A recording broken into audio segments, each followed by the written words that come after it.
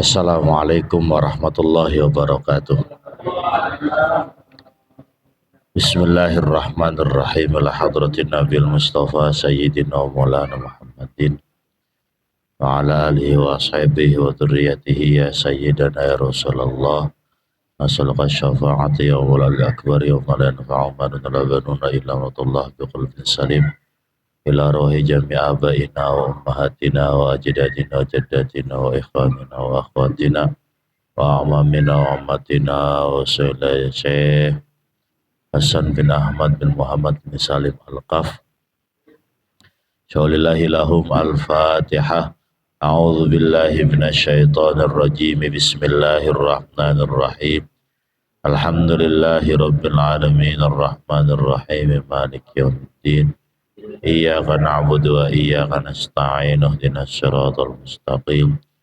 Shiratal ladzina an'amta 'alaihim ghairil maghdubi 'alaihim waladdallin. Bismillahirrahmanirrahim. Alhamdulillahi rabbil alamin. Assalatu wassalamu ala sayyidil mursalin sayyidina wa maulana Muhammadin wa ala alihi wa sahbihi ajma'in. Qala al-mu'arrifu rahimahullah ta'ala wa nafa'ana naf'an bihi wa bi'ulumihi fid dharain amin. Udin, volumenya naik kecilan.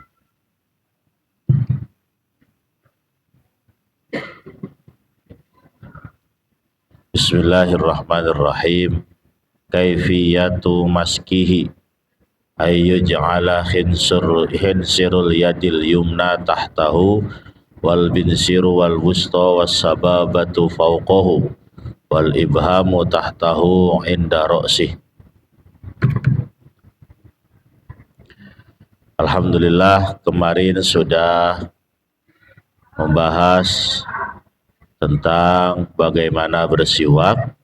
Nah, ini kita akan lanjutkan bagaimana supaya ada tambahan pahala dalam sikat gigi.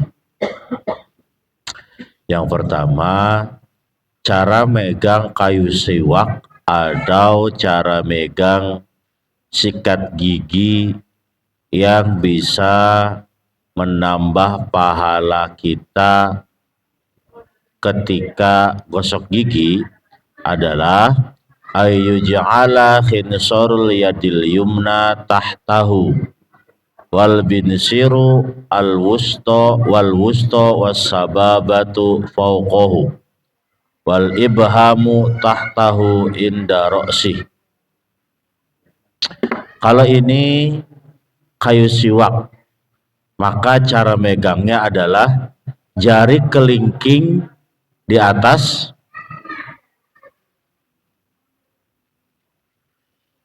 jari telingking di bawah, jari telingking di atas, kemudian jari manis, jari tengah, jari telunjuk di atas, dan jempol di atas dekat dengan bagian yang akan kita gosokkan ke mulut. Nah, jadi megangnya gini nih, megangnya nih. Kelingkingnya di bawah, jari manis, jari tengah, jari telunjuk, sama jempol kita pindahin ke atas semuanya, baru gosok. Tuh, ini sikatnya nih, ujungnya nih. Nah, maka megangnya gini. Sekarang kita kalau megang sikat gigi gimana? Begini megangnya. Ya gini ya megangnya kebanyakan ya. Atau ada yang gini megangnya. Maka kalau mau dapat pahala lagi, kelingking aja yang taruh di bawah, sisanya taruh di atas, terutama jempol dekat dengan kepala sikatnya, dekat dengan bagian yang hendak ditempelkan ke gigi. Itu caranya. Kemudian kaifiyatu istimalihi, bagaimana cara menggunakannya. Saya keluar.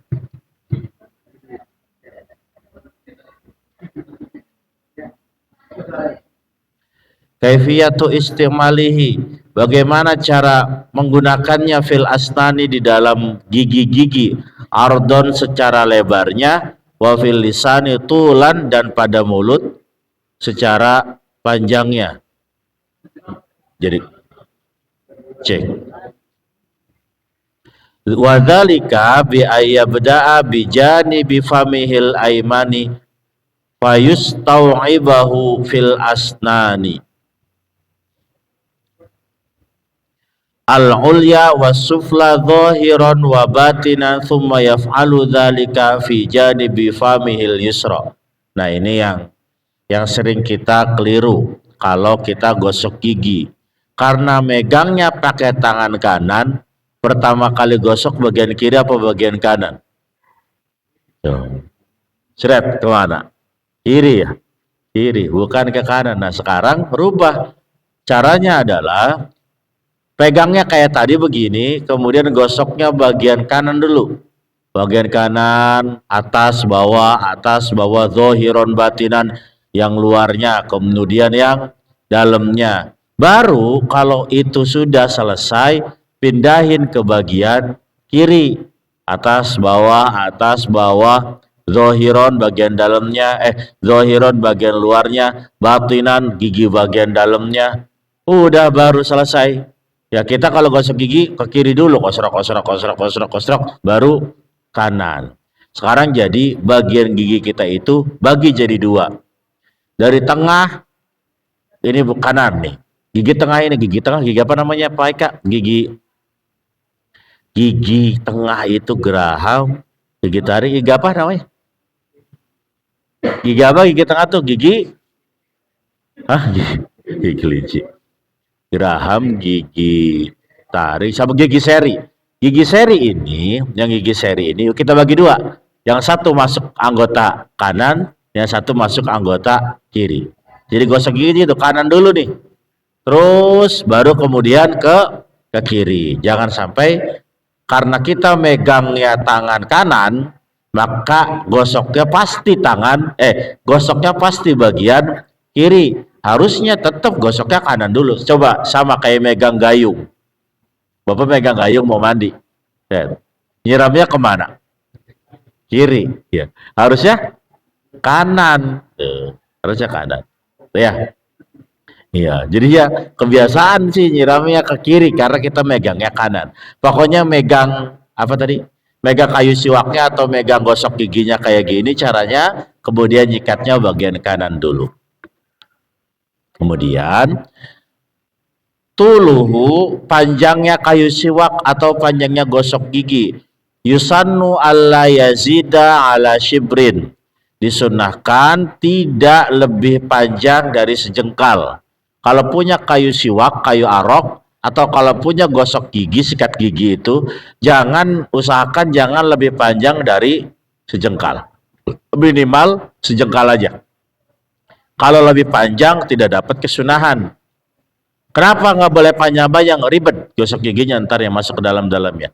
Yang mungil-mungil aja, jangan lewat dari sejengkal. Wala yang kusohan arba'ati asobi, dan tidak kurang dari 4 jari. Nggak kurang dari segini nih. Ya, pokoknya jangan kurang dari 4 jari, jangan lebih dari sejengkal. Itu terkait tentang kesunahan dalam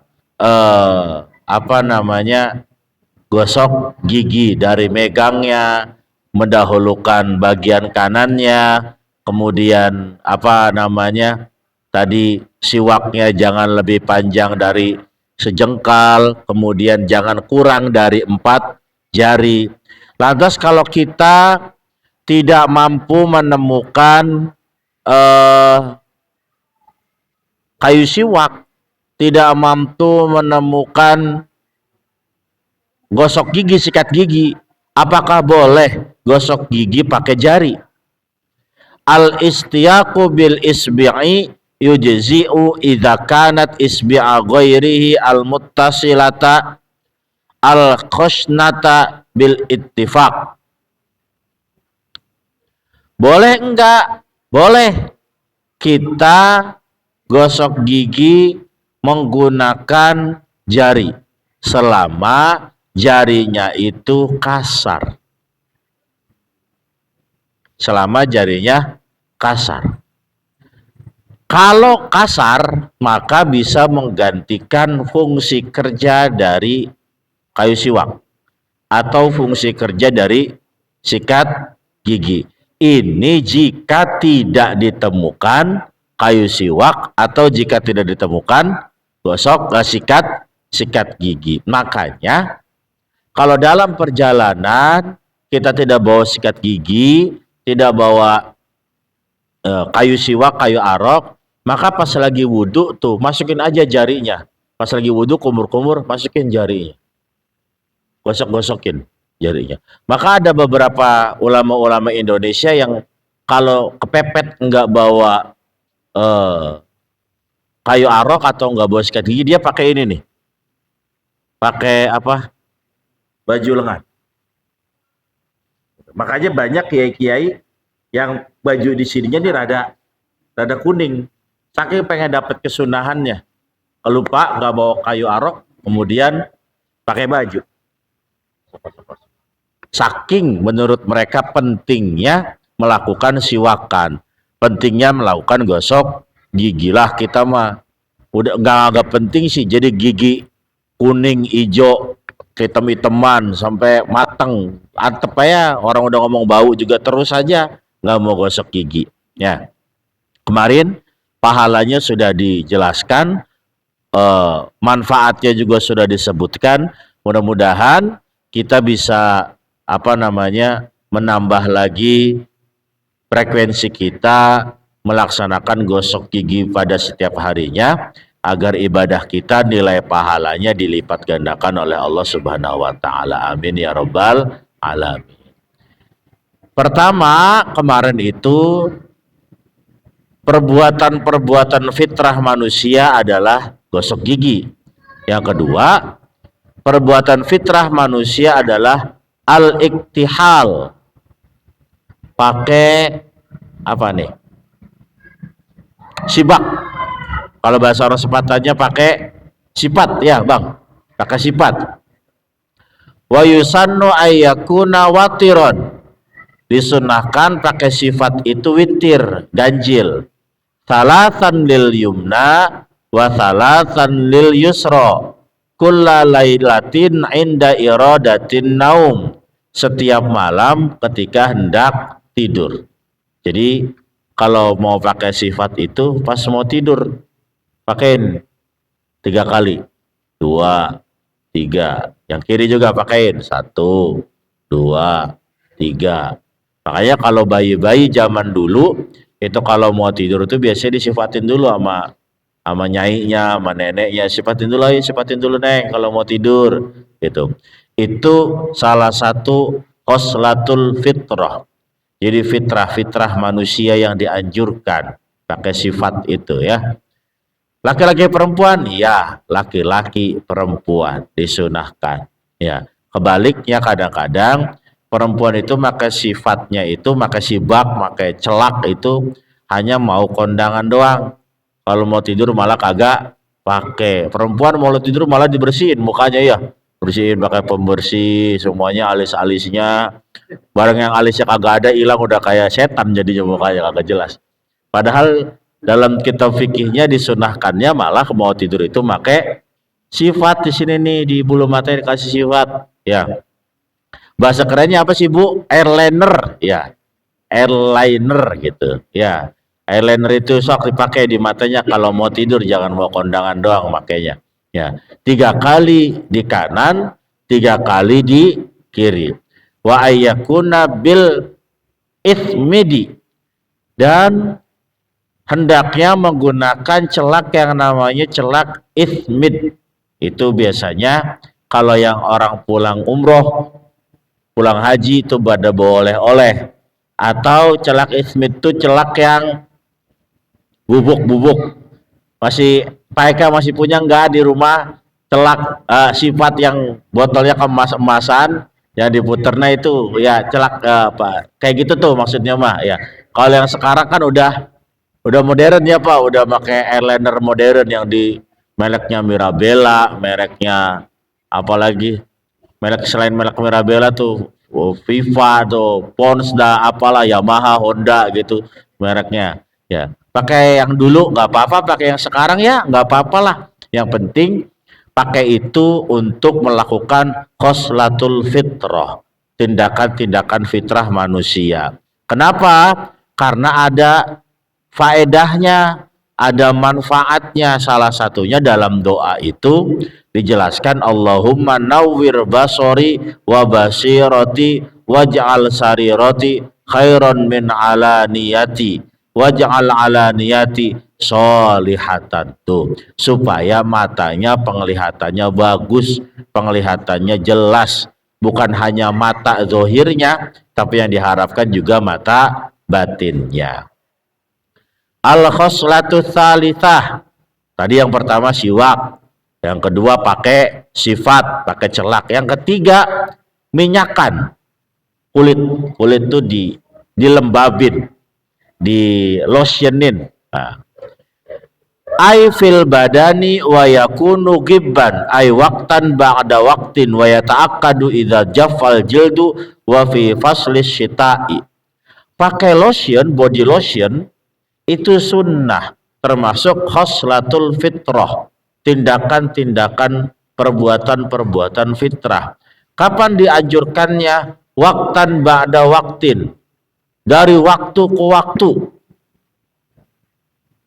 Wa yata'akkadu idza jafal jildu, yang paling utama kalau kulit udah terasa kering, pas dikorok kusi, nah itu pakai. Baru pakai apa? Pakai lotion.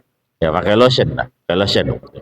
Jadi kalau ada istri bapak-bapak di rumah, Pak ini lotion apa emak nih udah habis, gimana? Kasih duitnya. Karena itu untuk mendapatkan kesunahan. Habis mandi pakai lotion, mau tidur pakai lotion, bangun tidur pakai lotion. Lotion sekarang kan banyak-banyak ya Bu.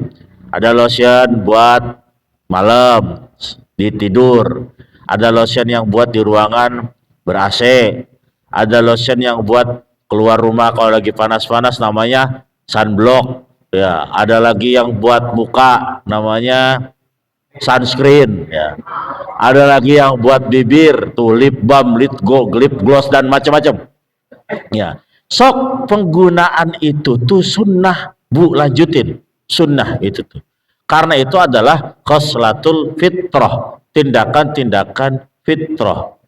Kalau nggak bisa pakai apa namanya, pakai lotion, maka silakan cari minyak, pakai minyak. Biasanya minyaknya itu minyak-minyak zaitun, minyak-minyak zaitun. Sok silakan, asal jangan pakai minyak goreng, bekas goreng jengkol, jangan.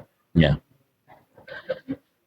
Jadi silahkan sok pakai apa namanya pelembab kulit, pakai lotion kulit, niatkan bahwa ini kita sedang menjalankan sunnah. Emang laki-laki perempuan? Ya, laki-laki perempuan, jangan perempuan doang. Ya, bininya bersih, lakinya buduk. Ya, rokusi macam-macam. Wah, udah pakai gitu juga. Baru tanya sama tetangga, ditumben amat Bang, ini pakai lotion, lagi menjalankan sunnah. Ya, lagi menjalankan, kan enak ya, ciumnya wangi, kulitnya lembut, nggak harus putih, nggak, yang penting lembut, wangi, bersih, enggak apa namanya, enggak kusi gitu. Kulit juga lebih aman, kena matahari juga lebih aman karena kita terpapar, kalau bahasa sekarangnya, sinar ultraviolet, ya, yang banyak negatifnya. Sok silakan pakai lotion, ya, pakai sunblock dan lain-lain. Al khoslatur rabi'ah, tadi pertama apa? Gosok gigi, terus pakai sifat, terus pakai minyak atau apa namanya, pelembab, lotion. Yang keempat, izalatu sya'ril ibti, menghilangkan bulu ketiak. Yusannurir rajuli natfu, kalau laki-laki disunnahkannya dicabut. Bulu ketek laki-laki sunnahnya dicabut. Siapa yang nyabut? Boleh diri sendiri, boleh nyuruh mar'ah, boleh nyuruh bini. boleh, karena bini mah harus taatan li zaujihi ya. Walil mar'ati al halqu, kalau perempuan dicukur. Bulu ketek laki-laki sunnahnya dicabut, perempuan sunnahnya dicukur. Beda ya. Ya, jadi kalau untuk bulu ketiak jangan dicukur laki-laki mah. Laki-laki masih bulu ketiak dikerok pakai kerokan jenggot, enggak dapat sunnah. Kalau mau dapat sunnah dicabut laki-laki mah. Baru iseng nonton TV ceklok, ceklok, ceklok, ceklok ya. Gitu kan. Ya. Sunnah ya, sunnah. Jangan sampai bulu ketiak itu kita biarkan sampai panjang, sampai keluar nih di sini, sampai kemudian bisa dimohak, jangan. Ya, ya. Jangan sampai ketika kita tutup nih, ininya keluar, jangan. Itu namanya kita tidak menjalankan sunnah. Ya, kalau terlalu banyak bulu ketiaknya itu menyebabkan aroma-aroma bau badan kita lebih cepat keluar daripada orang yang ketiaknya bersih. Ya, jadi pas pulang nanti minta anak, kayak anak suruh nyabutin, kayak gegep, pakai apa gitu nyabutinnya. Ya, biar enak, atau pakai bedak dulu biar nggak terlalu bau. Nanti akan kelihatan perbedaannya antara bulu ketiak yang tadinya lebat dengan bulu ketiak yang kemudian dibersihkan. Itu sunnah ya. Jadi gampang lah dapat pahala kesunahan mah, lakuin aja ini, dapat pahala terus entarnya. Al khoslatul khamisah, tingkah-tingkah fitrah yang kelima adalah izalatu sya'ril anah, menghilangkan bulu kemaluan. Menghilangkan bulu kemaluan dalam bahasa Arab dinamakan al-istihdad. Istihdad itu menghilangkan bulu kemaluan. Yusannu halquhu lirrajul, bagi laki-laki disunnahkannya dicukur, dipotong atau dikerok atau diapa, laki-laki. Wa natfuhu lil mar'ah, kebalikannya, perempuan disunahkannya dicabut.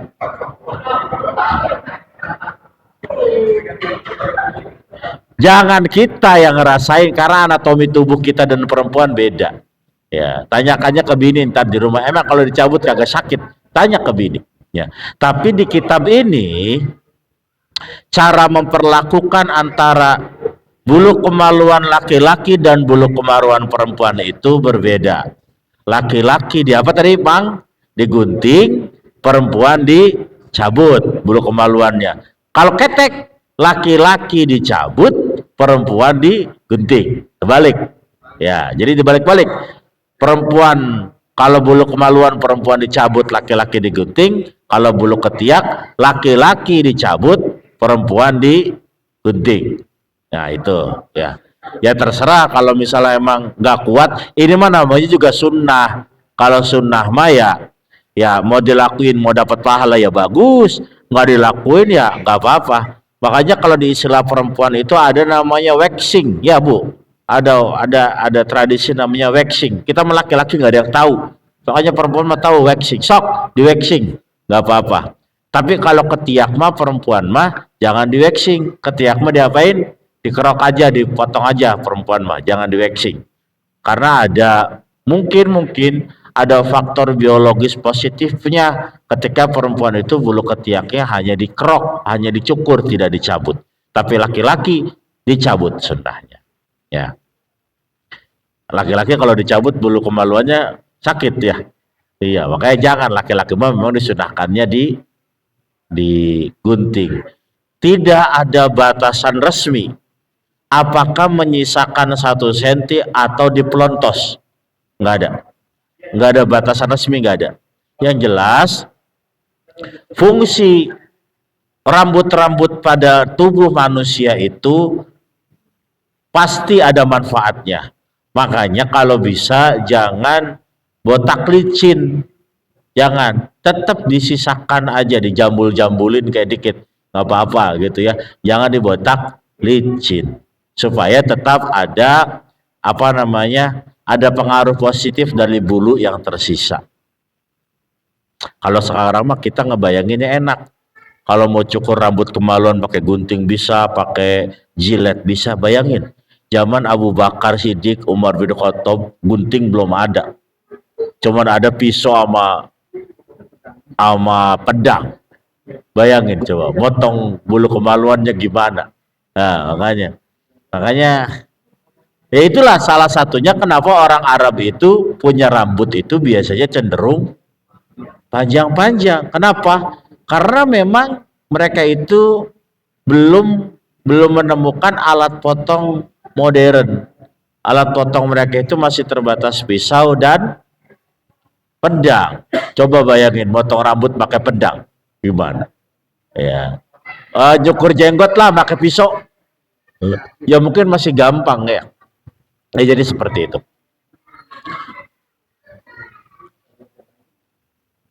Siwakan pakai sifat, kemudian apalagi tadi pakai minyak, pakai pelembab kulit, kemudian nyukur bulu ketiak, nyukur bulu kemaluan, dan keenam taqlimul adzofir, motong kuku. Wa yabda'u bil yumna walahu iddatu turqin. Motong kuku itu dimulai dari tangan kanan. Kalau kita biasanya mulai dari tangan kiri. Yang megangnya tangan kanan, mulai tangan kiri. Ya, berubah. Mulainya tangan kanan, yang motong tangan kiri. Kalau kita motongnya sendiri. Kalau dipotongin sama orang, tetap mulainya tangan kanan.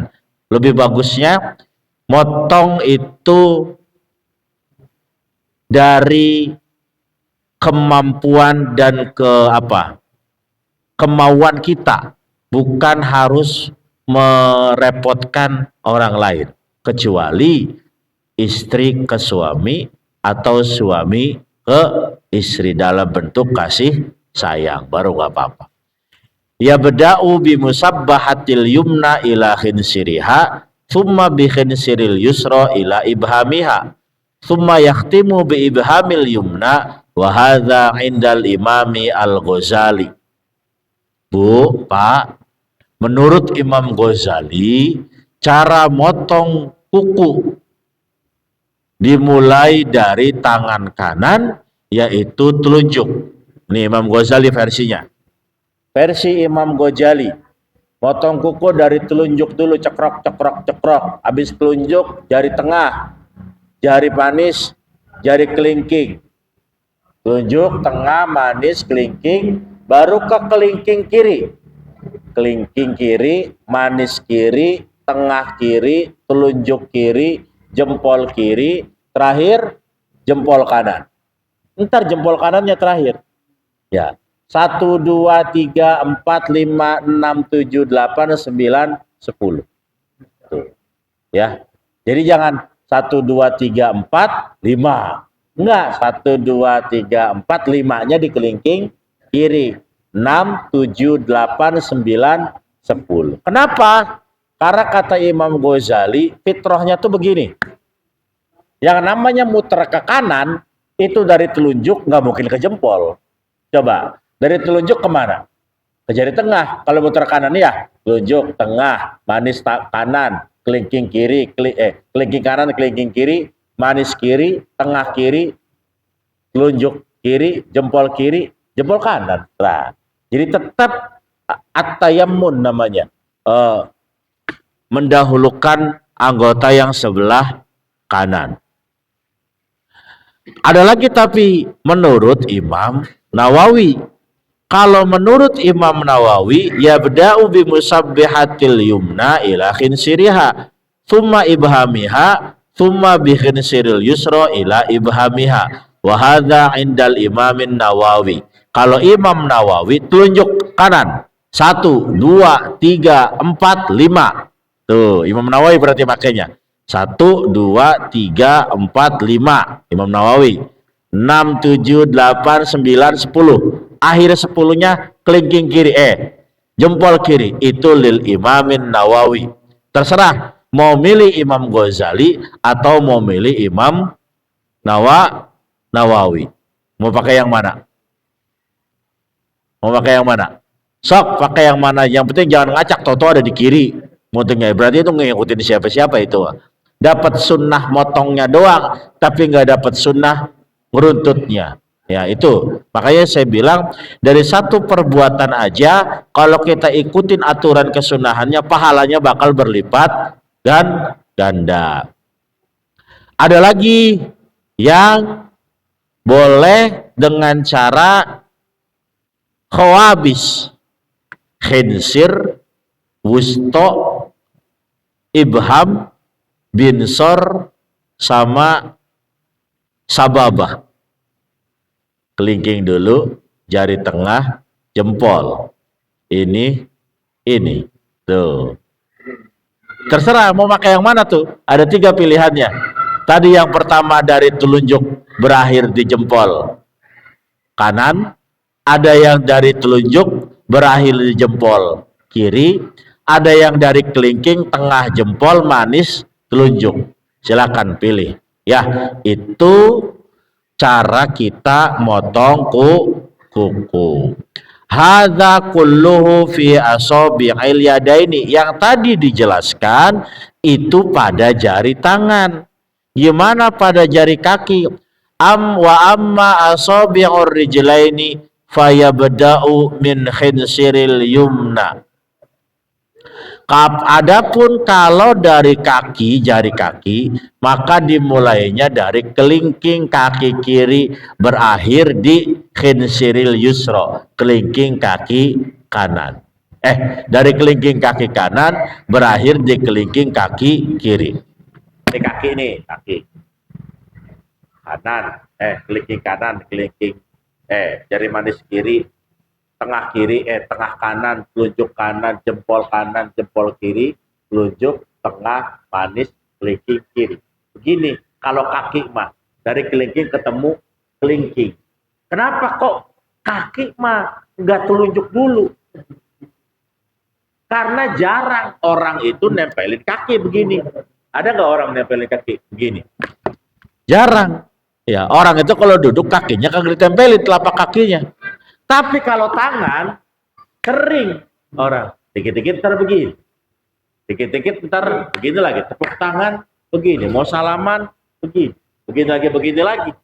Makanya kata Imam Ghazali, tangan dan kaki diperlakukannya berbeda karena menggunakan anggota kanannya, anggota mendahulukan bagian yang kanannya juga berbeda dengan kaki. Kapan kita disunahkan potong kuku?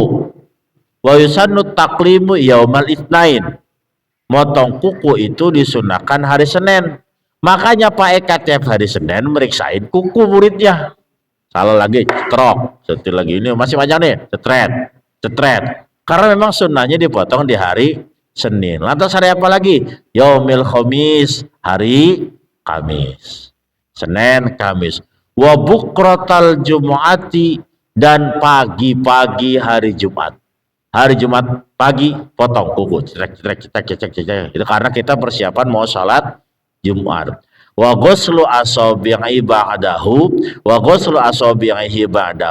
dan cuci jari-jarinya setelah motong kuku.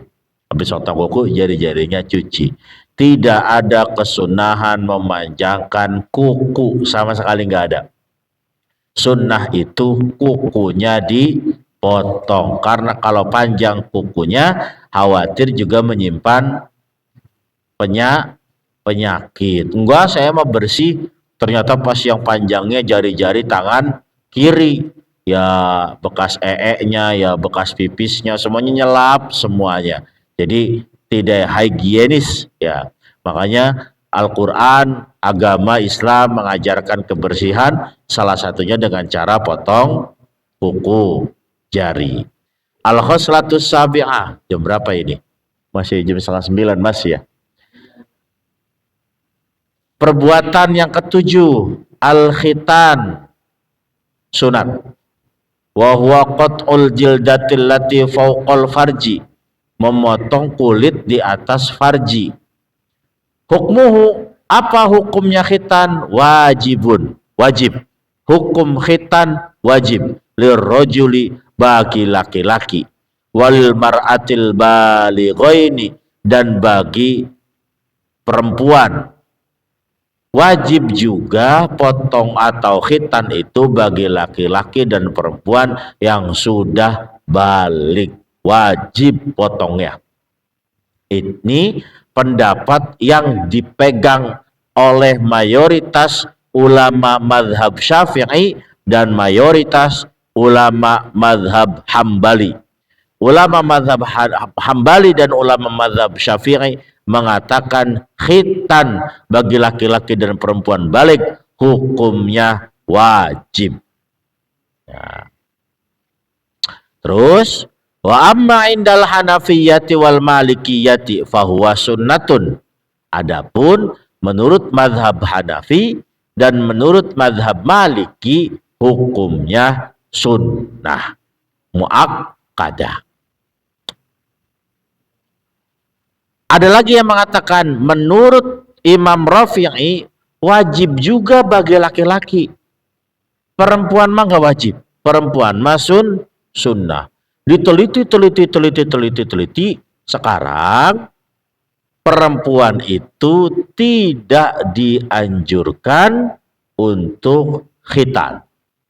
Sekarang nih oleh dokter perempuan itu tidak dianjurkan di khitan. Yang sangat dianjurkan di khitan adalah laki-laki. Ada yang baru lahir anak perempuan ada? Ada. Kalau ada kemarin kata bidannya apa?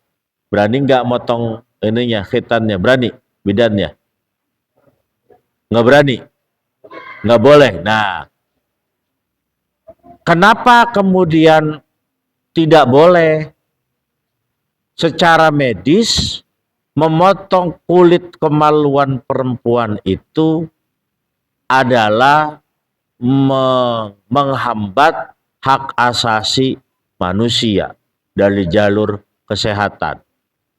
Ya, makanya tidak boleh dipotong sekarang mah. Tuh, nggak boleh dipotong.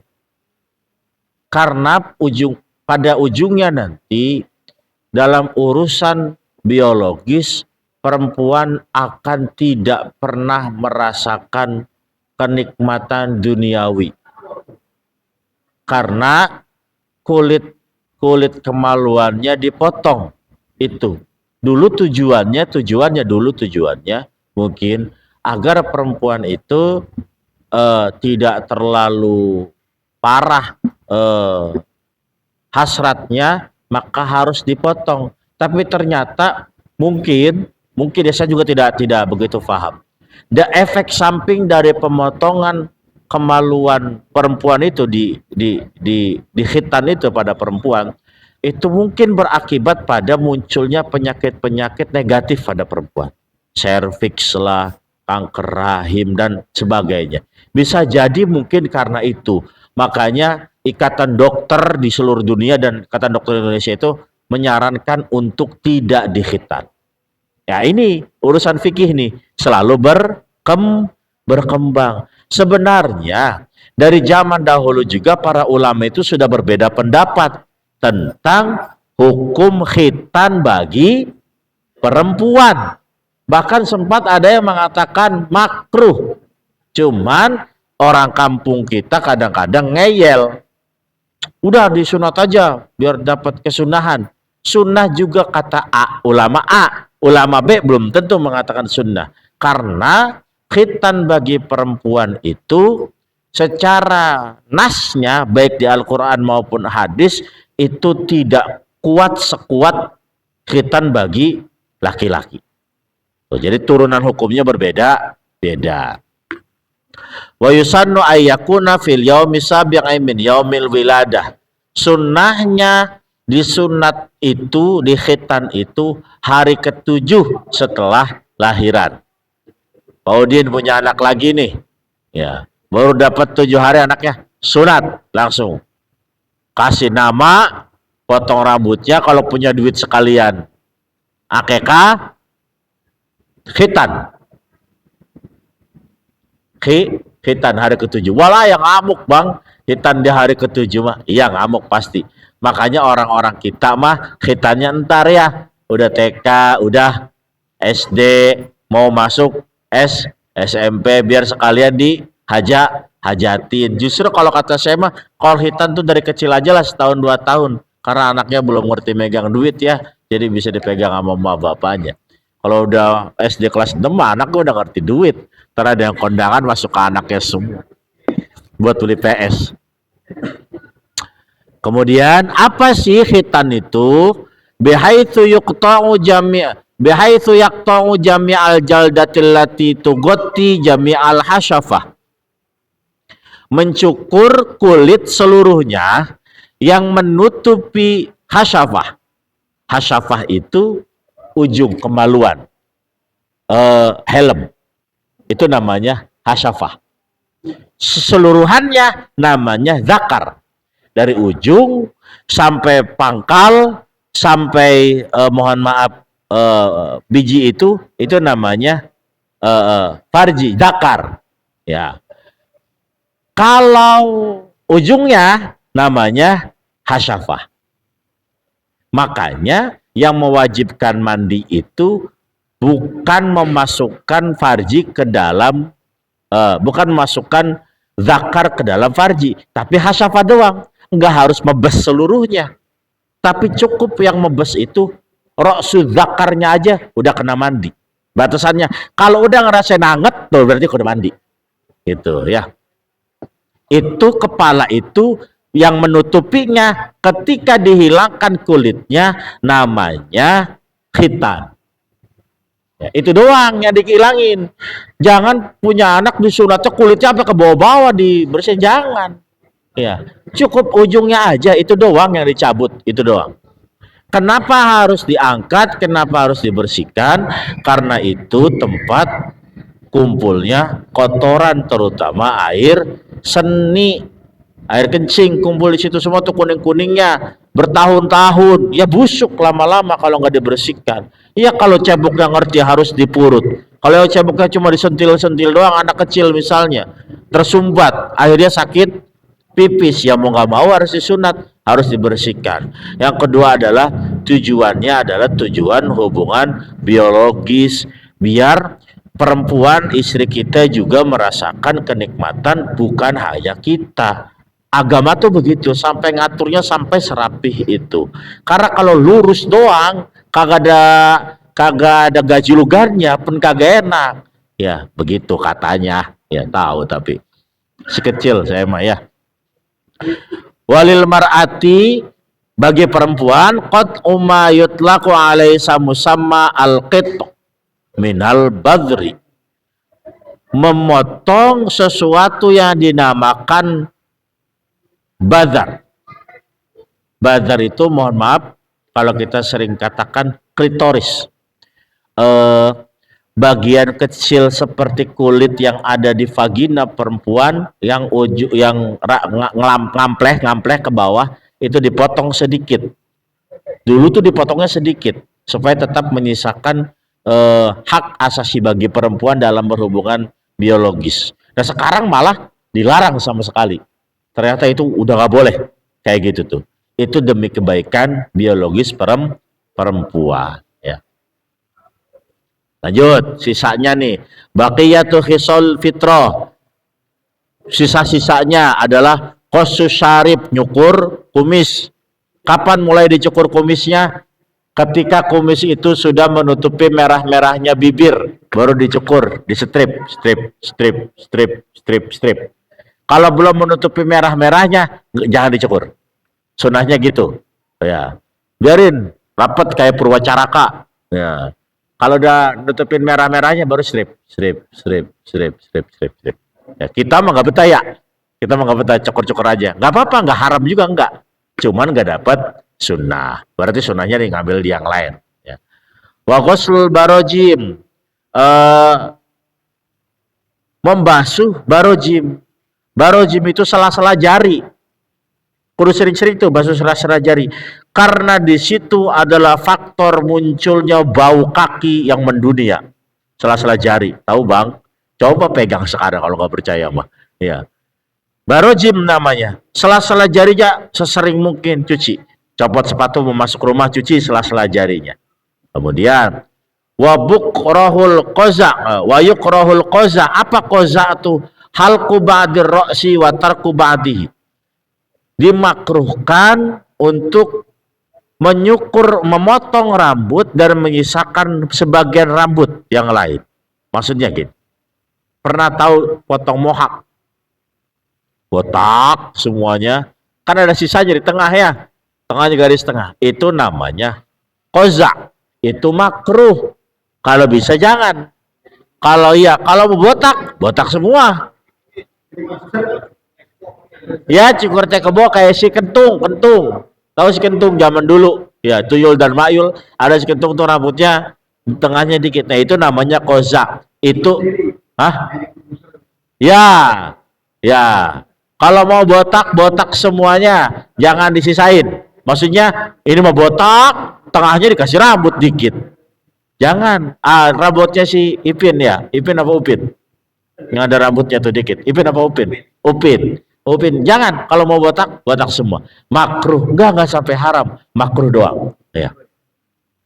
Wal akhdhu milal anfaqati wal hajib. Kemudian makruh juga memotong apa? Ini. Apa nih? Ya, sama memotong alis, makruh. Jangan alis jangan dipotong, makruh dia mah. Jangan dipotong, dibersihin gitu, jangan, makruh. Hukmu halqil lihyah. Ya, alis jangan dipotong ya, udah biarin aja mau gimana kayak itu mah. Hukmu halqil lihyah. Hukum memotong jenggot.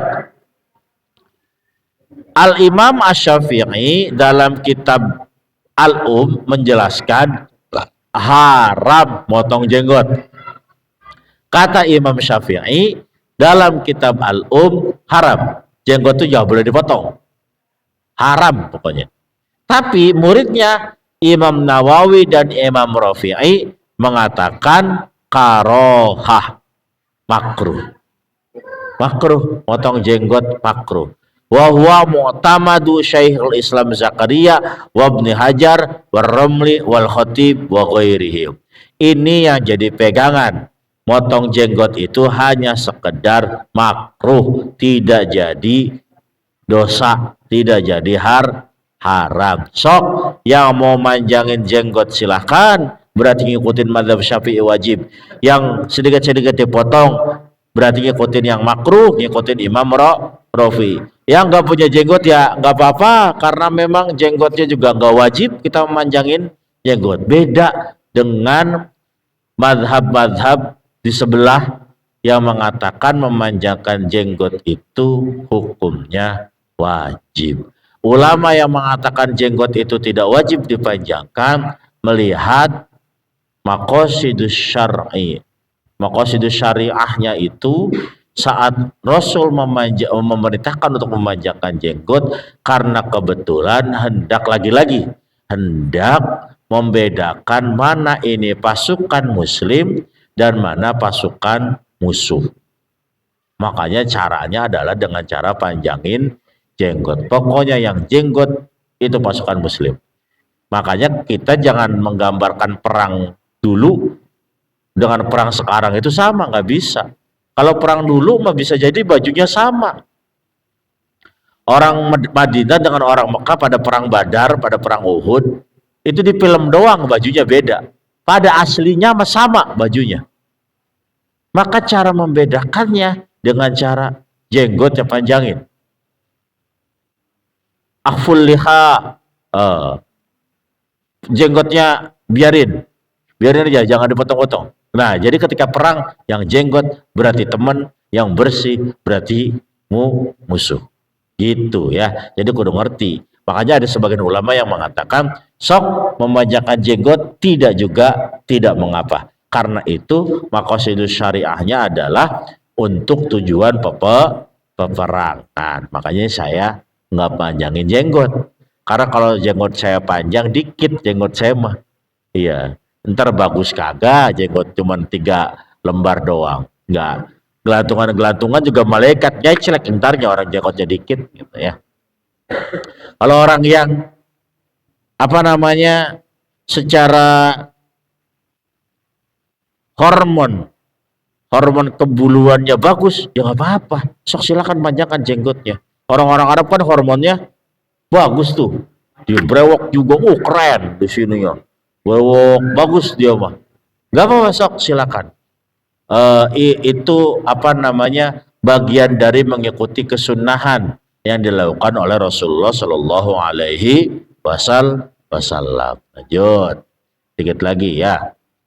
Hukmu khisabi sya'rir rasi wal lihyati bisawad. Hukum menyemir rambut dan jenggot dengan warna hitam, yahrum, haram. Orang mau nyemir rambutnya pakai warna hitam, kepala ataupun jenggot, hukumnya haram. Illa lil jihad, kecuali untuk perang. Kalau buat perang boleh, sok silakan. Demi apa? Demi pasukan musuh melihat kita itu takut gentar.